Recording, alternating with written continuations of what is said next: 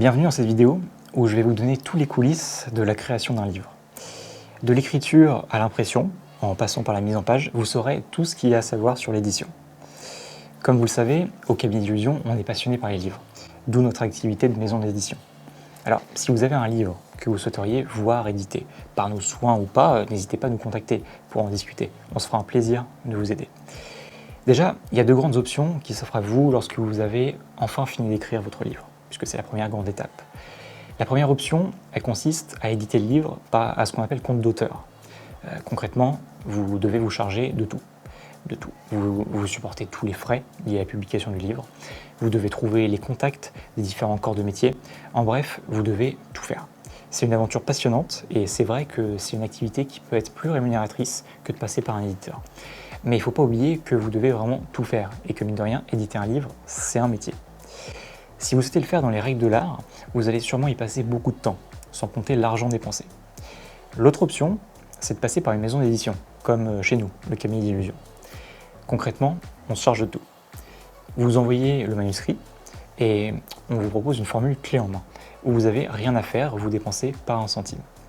Vous gagnez même de l'argent sur chaque exemplaire vendu. En revanche, comme on reçoit beaucoup de demandes, on ne peut malheureusement pas accepter tout le monde. Si c'est le cas pour vous, vous découragez pas. Ça ne veut pas dire que votre écrit n'est pas bon. Simplement qu'on a trop de projets en cours et qu'on ne peut pas en accepter d'autres pour le moment. À partir de là, commence le parcours pour l'édition d'un livre. Vous avez écrit le texte, l'aventure peut commencer. Et que vous passiez ou non par un éditeur, la démarche va rester globalement la même. Déjà, la première étape, c'est la relecture. On donne votre manuscrit à un relecteur magicien. Alors pourquoi un magicien ? Parce que comme nos livres s'adressent à ce public, on veut être certain que ce qui est écrit est clair et compréhensible. C'est là qu'on va repérer s'il n'y a pas des passages un peu flous qui méritent d'être décrits, des descriptions techniques par exemple. C'est essentiel pour la bonne compréhension du livre, pour avoir un texte clair. Ensuite, une fois que le texte est validé techniquement, on va l'envoyer à un relecteur dont c'est le travail pour corriger toutes les coquilles, toutes les fautes d'orthographe et toutes les fautes de grammaire. À la fin de cette grosse étape de relecture, on a un texte clair, corrigé, et on peut passer à la seconde étape qui est la mise en page.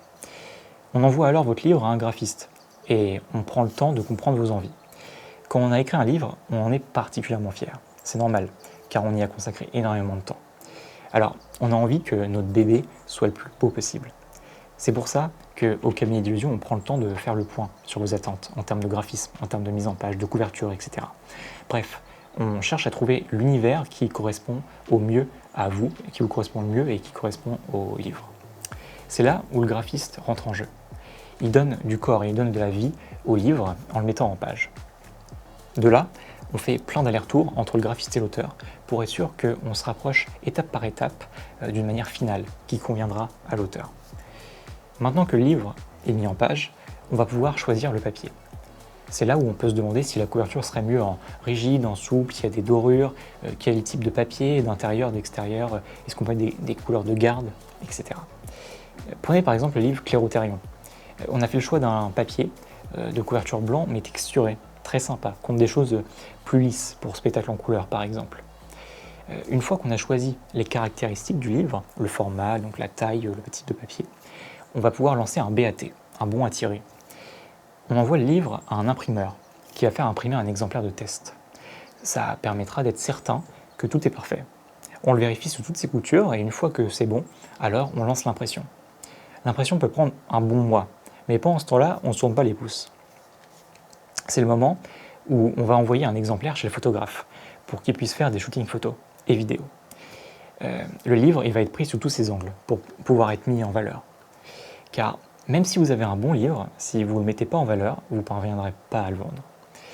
C'est un vrai investissement, aussi bien en temps qu'en argent, mais il est nécessaire pour faire des jolis teasers. Au cabinet d'illusion, on ne lésine pas sur les moyens. Pour le tome 1 des Smart Bastards, par exemple, on a fait faire même une affiche dans le style des Smart Bastards, de ce que souhaitaient les auteurs pour promouvoir l'apparition du livre. On a aussi fait différents suppléments, des petits cadeaux pour certains autres livres. Bref, tout est bon pour toujours satisfaire le plus possible le lecteur. Et puis, le grand jour est arrivé. On reçoit un gros colis à la maison contenant tous les exemplaires et c'est toujours un moment un peu magique de recevoir entre nos mains le livre sur lequel on a travaillé pendant des mois. Le premier heureux, c'est l'auteur évidemment, qui est ravi de voir son bébé entre ses mains. après tant de temps d'efforts. Mais tout ça n'est pas encore fini. Il reste encore quelques étapes importantes. Déjà, il y a le dépôt légal. En France, tout livre qui est publié doit être déposé à la Bibliothèque nationale de France, la BNF. On a donc un exemplaire qui est envoyé là-bas avec la déclaration jointe, c'est une obligation légale. En parlant d'obligation, j'attire votre attention sur quelque chose d'important. Il y a pas mal d'obligations en France sur la publication de livres. Et notamment, il est obligatoire d'indiquer des mentions comme l'imprimeur, l'adresse, etc. sur le livre. Si vous ouvrez vos livres de magie, vous découvrirez que très peu d'éditeurs sont en règle, entre autres, par rapport à ça. Faites le test, vous verrez. En tout cas, au Cabinet Illusion, nous, on respecte la loi. Bref, une fois le dépôt légal de fait, on peut maintenant distribuer le livre un peu partout. Ici, c'est notre réseau qui joue. Si vous publiez votre livre à compte d'auteur, vous devrez vous-même trouver les acheteurs un à un. Alors, il y a bien des amis et de la famille, mais le cercle d'acheteurs, il s'épuise assez vite. Chez nous, au Cabinet d'Illusion, on a une communauté qui nous fait toujours de plus en plus confiance et encore une fois, merci beaucoup pour ça. On peut donc proposer nos créations à un large public, chose qui n'est pas possible à compte d'auteur. On a aussi nos contacts avec des grossistes pour que votre livre soit diffusé dans toutes les boutiques de magie francophones, chose qui est bien plus difficile lorsque vous êtes indépendant. J'en ai pas parlé aussi, mais il y a aussi toute la partie traduction. Si l'auteur est d'accord, on traduit tous nos livres en anglais pour qu'ils soient diffusés dans toutes les boutiques de magie du monde. Dans ces cas-là, il faut rajouter des frais de traducteur et recommencer tout le processus qu'on avait détaillé juste avant, avec tout le processus de mise en page, notamment et de relecture. Et alors, votre livre, il sera disponible dans le monde entier. Ça aussi, c'est une étape importante. J'espère que cette vidéo sur les coulisses de la publication d'un livre vous aura plu et vous aura permis d'y voir un peu plus clair. Si vous avez des questions ou si vous souhaitez faire éditer votre livre par nos soins, n'hésitez pas à nous contacter, on se fera un plaisir de vous répondre et d'examiner attentivement votre manuscrit.